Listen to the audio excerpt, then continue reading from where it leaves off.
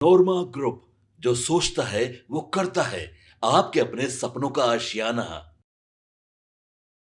अचानक से बिहार की राजनीति एक बार फिर से करवट लेने लगी है और बार बार हम ये बात आपको बता रहे हैं कि बिहार में जो परिस्थितियां हैं वो कहीं ना कहीं इस बात की तरफ इशारा कर रही हैं कि सत्ता में बैठी एनडीए गठबंधन है, उसके भीतर सब कुछ देखने में तो सब ठीक ठाक लग रहा है, लेकिन वास्तविकता ये है कि सब कुछ ठीक ठाक नहीं है। खास करके जब बात सीट शेयरिंग की होती है और एनडीए गठबंधन के घटक दलों में इस बार जो पाँचों दल हैं उनको लेकर के हमने कई बार आपको खबरों में बताया है। ये 5 दल सीट शेयरिंग के समझौते को लेकर के अभी भी असमंजस की स्थिति में हैं और सबसे ज़्यादा असमंजस की स्थिति में बाकी के 2 दल हैं। खास करके अगर बात करें तो भारतीय जनता पार्टी और जनता दल यूनाइटेड के बीच में, नीतीश कुमार और प्रधानमंत्री नरेंद्र मोदी के बीच में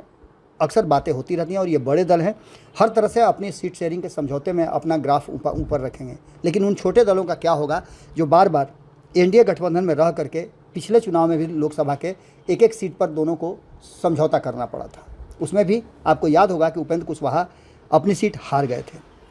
इन सारी बातों के साथ साथ जो सासाराम की सभा हुई उसके बाद से तो और भी खुल करके सामने बहुत सारी चीज़ें आ गई हैं। हालांकि इससे पहले हम आपको बता दें कि मधुबनी की सभा से ही जो आरएलएम है, उपेंद्र कुशवाहा की पार्टी, वो अलर्ट मोड में आ गई थी और उसने मंथन शिविर का आयोजन किया था।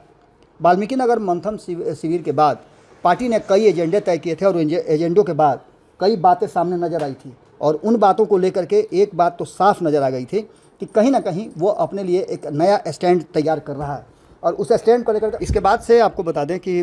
कई ऐसे एजेंडे पास किए गए थे। उसके बाद से एक एजेंडा जो पास किया गया था उसमें सीट बढ़ाने को लेकर के, परिसीमन को लेकर के एक कार्यक्रम आयोजित करने की बात कही गई थी। हालांकि विधानसभा चुनाव में इस तरह के परिसीमन की जो पहल की जा रही है या उसके लिए जो तैयारियां की जा रही हैं, अलग अलग जगह पर वो जिस तरह से सभाएं कर रहे हैं और लोगों को ये बता रहे हैं कि परिसीमन बिहार को घाटा हो रहा है, उत्तर प्रदेश को घाटा हो रहा है, जो खास करके हिंदी पट्टी के राज्य हैं उनको घाटा हो रहा है। इन सारी बातों को लेकर के 2011 की जनगणना के आधार पर परिसीमन किया जाए तो बिहार के लोकसभा की सीटें 40 से बढ़कर 60 हो जाएंगी, ऐसा उनका मानना है। लेकिन अब तो विधानसभा का चुनाव है और विधानसभा के चुनाव में इस तरह की बातों को करने के पीछे का कारण आप समझ ही सकते हैं कि कहीं ना कहीं एक प्रेशर पॉलिटिक्स है जो प्रधानमंत्री नरेंद्र मोदी को 30 मई को प्रस्तावित विक्रमगंज दौरे के उसके ठीक पहले राष्ट्रीय लोक मोर्चा जो है उसने अपनी बातों को रखा है और इसको लेकर के अलग अलग जगह पर कार्यक्रम भी किए जा रहे हैं। रविवार को विक्रमगंज इंटर कॉलेज मैदान में आयोजित संवैधानिक अधिकार एवं परिसीमन सुधार रैली में भारी भीड़ उमड़ी थी। उपेंद्र कुशवाहा ने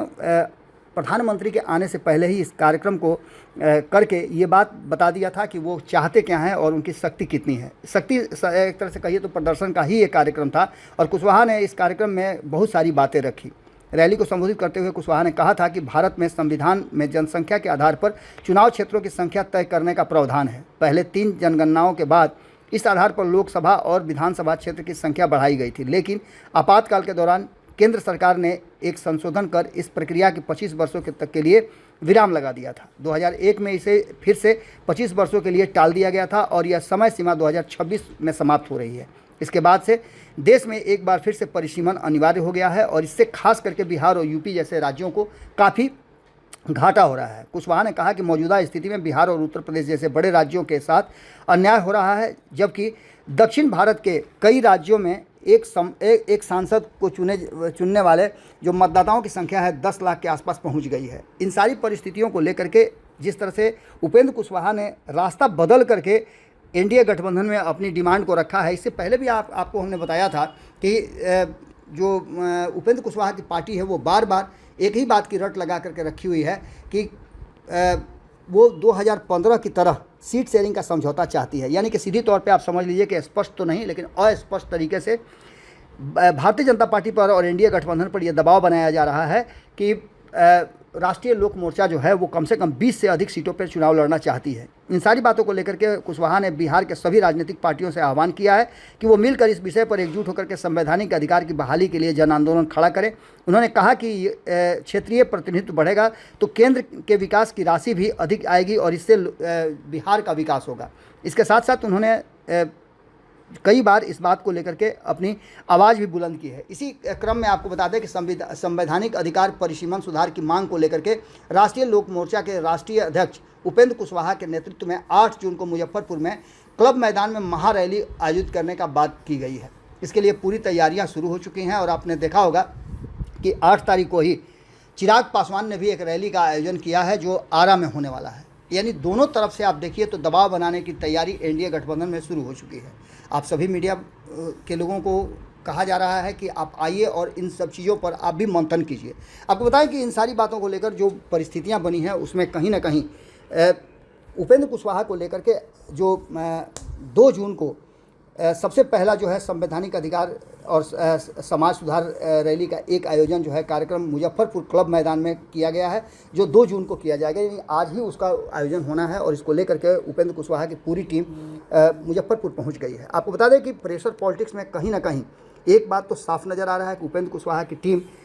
अपनी तैयारी पूरी कर चुकी है। और इस तैयारी में सबसे बड़ी बात जो सामने नज़र आ रही है वो ये है कि प्रधानमंत्री के दौरा के बाद जिस तरह की बातें निकल करके सामने आई हैं और अभी तक सीट शेयरिंग का समझौता फाइनल नहीं हो पाया है, इसको लेकर के लगातार राष्ट्रीय लोक मोर्चा जो है वो अपनी तैयारियां कर रहा है। पार्टी के जो प्रभारी प्रदेश अध्यक्ष हैं उन्होंने दिशा निर्देश देकर के दल के उन पदाधिकारियों को भी कई तरह की बातें कही है। इससे पहले भी आपको हमने बताया था कि 30 मई को जो प्रधानमंत्री का कार्यक्रम था उस कार्यक्रम को लेकर के जिस तरह की बातें और पार्टी के भीतर चर्चाएं शुरू हो गई हैं, जिस तरह से उपेंद्र कुशवाहा को लेकर के पार्टी के अन्य नेता जो हैं एग्रेसिव तैयारी शुरू कर दिए हैं और बयान देने लगे हैं, उसको लेकर के भी कार्यकारी अध्यक्ष ने निर्देश जारी किया है और कहा है कि माननीय प्रधानमंत्री के कार्यक्रम के बाद सोशल मीडिया पर जिस तरह की आधारहीन बातें आपत्तिजनक पोस्ट किए जा रहे हैं उसको लेकर के उन्होंने कड़ी आपत्ति दर्ज की है और उन्होंने कहा है कि इस तरह के लोगों पर कड़ी कार्रवाई हो सकती है। आपको बता दें कि इससे पहले भी कई लोगों पर कड़ी कार्रवाई हो चुकी है और कई लोगों को पार्टी से बाहर का रास्ता भी देखना पड़ा है। इस पूरी प्रक्रिया में आपको बता दें कि एक बात तो साफ साफ नज़र आ रही है कि कहीं ना कहीं जो परिस्थितियां बनी हैं उन परिस्थितियों में एक बात तो साफ साफ नज़र आ रही है कि उपेंद्र कुशवाहा की टीम अब समझौते के मूड में नहीं है। चिराग पासवान के बाद एनडीए का एक और विकेट अगर गिर जाए तो कोई बड़ी अतिशयोक्ति नहीं होगी। मोदी के धोखे के से कुशवाहा काफ़ी नाराज़ नज़र आ रहे हैं और कुशवाहा की टीम के लोगों का जिस तरह से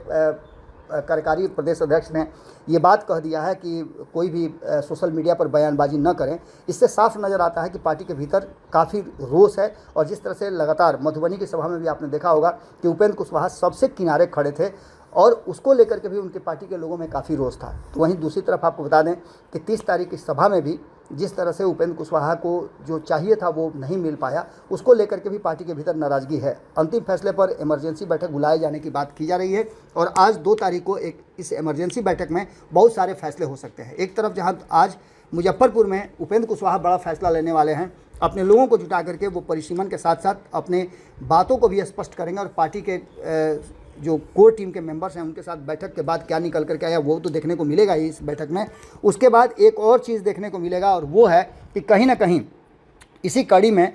8 तारीख को एक और बड़ी सभा लोक जनशक्ति पार्टी भी कर रही है, यानी उपेंद्र कुशवाहा के साथ साथ लोक जनशक्ति पार्टी। और इसके बाद आप देखिएगा कि जल्दी ही जीतन राम मांझी की तरफ से भी बहुत सारी बातें निकल करके सामने आएगी। यानी सीधी तौर पर देखा जाए तो एनडीए गठबंधन में जो परिस्थितियां बनी हैं उसने कहीं ना कहीं एक बात तो साफ कर दिया है कि बहुत सारी परिस्थितियां और खास करके सीट शेयरिंग का समझौता यदि जल्दी नहीं होता है तो मामला उलझता हुआ दिखाई दे रहा है। क्या होता है इस पर हमारी नज़र बनी हुई है। आज की जो राष्ट्रीय लोक मोर्चा की जो बैठक है उस पर हमारी नज़र बनी हुई है और इसमें क्या निकल करके आता है हम जल्दी ही आपसे जुड़ेंगे। बहुत बहुत धन्यवाद। पनोरमा ग्रुप, जो सोचता है वो करता है। अगर ये वीडियो पसंद आई और वह बिहार के राजनीति और बिहारियत से सरोकार रखेनी तो सब्सक्राइब बटन दबा के चैनल के सब्सक्राइब कर ली। ओजे एगो घंटी बा, ओकरा बटन दबा देला से कुल सटीक और मारक खबर रुआ मुफ्त में मिल जाई। अगर रुआ पत्रकारिता के हमनी के नया प्रयोग में सहयोग कर चाहतानी तो ज्वाइन बटन दबा दी। पेटीएम नंबर नोट कर ली 9386816700।